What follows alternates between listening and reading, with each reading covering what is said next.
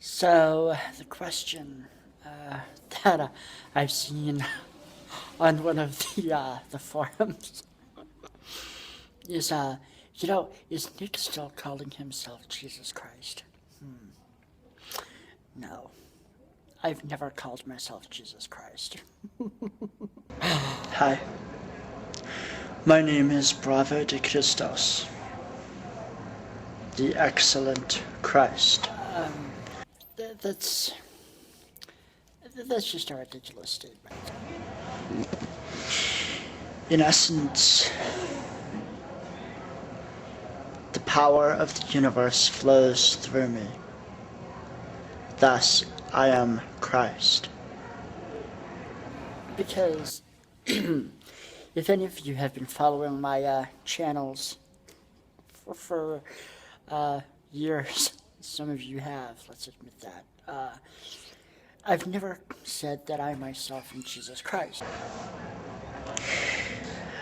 How I became Christ Bravo, or Bravo de Christos as I call myself,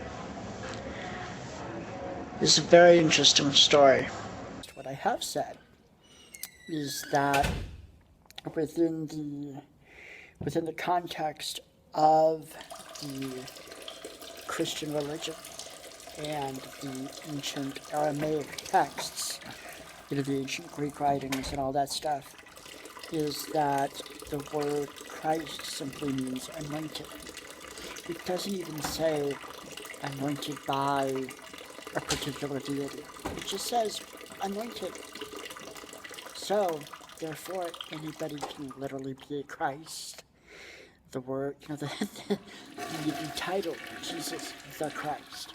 So somebody can be Bob the Christ. It's like, it's a title like doctor or lawyer or, any number, like president. It's any number of titles. Now, or, it's just like any other title for the most part. The level of absurdity that some of my critics have in regards to stating that I have made the claim that I'm Jesus Christ is just absolutely ridiculous. So, more and more I am becoming Christ. We know from reason and evidence of watching previous videos of mine that I have never said that I am the Christ. And because I am becoming and am Christ. That's the Christ consciousness. Anybody can have the Christ consciousness. Because what it is to have that consciousness, that Christ consciousness, is to have certain values and virtues and live by certain principles. Jesus was a rebel. He questioned the state. He questioned the church at that time. I mean, he did a lot of things that were very rebellious. Now, somebody might say, well, didn't he just submit then because, he let certain people, he let the Roman government, kill him. And, and of course it was the church leaders who got the Roman government to do it because, they didn't want to take the chance of, okay, but if this guy is the Son of God, we don't want to have his blood on our hands, so we'll get the government to do it. You got to kind of think, though, we are all brothers and sisters in Christ, according to the Christian scriptures. So it's like, we have this false paradigm where people have this idea that they are children and that God or government is the father, is the parent. When in reality, to be endowed with a Christ consciousness is to say that you hold certain values like truth and honesty and wisdom, knowledge and all this other stuff. You hold that to be true. and you hold it to be that in which you exercise those values. I mean, yeah, there's a lot of people who are Christians in name only, just like there's a lot of atheists who are atheists in name only. But and it's another issue is why are most of my viewers atheists? Because, I make spiritual videos. I make videos on philosophy and spirituality and all this other stuff. So why is it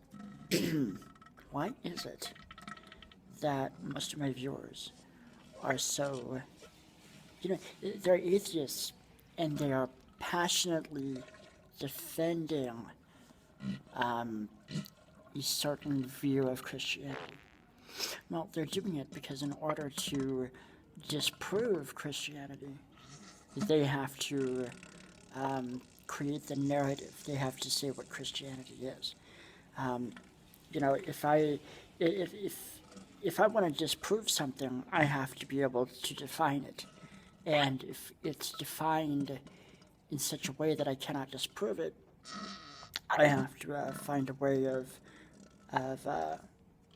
creating a narrative, which is what a lot of my detractors do. They create narratives, and they sit behind their computers 24/7. While the rest of us, such as myself, are out living in the real world, these people are sitting behind their computers 24/7 trying to create a narrative. So, with that said,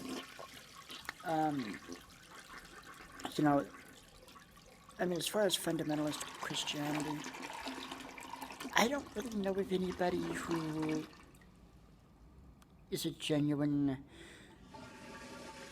true believer in that they take everything in the Bible literally. I just don't. Most people that I know who are Christian, they question their faith. They question the scriptures. They look at what it is, and they think about it. They ask questions. Atheists don't. Atheists want to say, this is what Christians believe, and here's why they're wrong. But then they want to try to shut down the Christians. So when a Christian or another spiritual person comes along and says, no, wait, that's not how it is, that's not the definition, or that's not the mythology, that's not the whatever, the atheist gets very upset, because in order for them to trash Christianity or any religion, they have to make that religion look absurdist, when in reality it is atheism in general, especially many of my viewers who are atheists, who are the ones who are absurd. And I've used my thinking mind to come to terms with the fact that I am indeed Christ. They don't even have good arguments. They just have slander, they have foolishness, they have hostility. They don't have any real sense of humanity's potential to become anything meaningful. Hey guys, how are you doing? So I came to basically pay my respects to Eleanor, and I see that her stone's gone. Whereas if you look at, a spiritual person, a person who actually, thinks about God and Christ and all these various concepts, you're looking at somebody who wants to make the world a better place. I want to talk a little bit about Jimmy Gonzalez. And yes, there are Christians who want the world to burn, and they're just as miserable as the nihilists. But, those people are pretty easy to spot. What I want to focus on is the people who want the world to become a better place. That's what Jesus the Christ's desire was. He wanted to make the world a better place. That's why he did all those healings, all those miracles, and did what he did. He wanted the world to become a better place. just as, Stefan Molyneux wants the world to become a better place, and he's an atheist. He's a good individual. He's a really good person, and he's an atheist.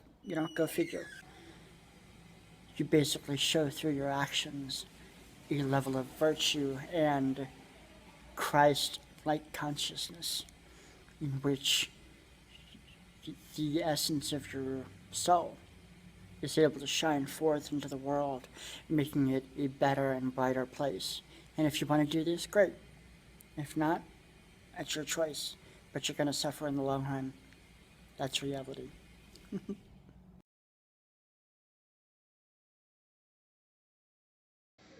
You may be asking, how did you, if you're Christ, how is it that you're not wearing robes and, all that other stuff? Well, see, if you're confusing me with Jesus the Christ, 2,000 years ago, robes were what they were back then. I'm not going to dress any differently than I usually do. Right now I'm wearing my Hawaiian shirt and khakis, which is perfectly acceptable.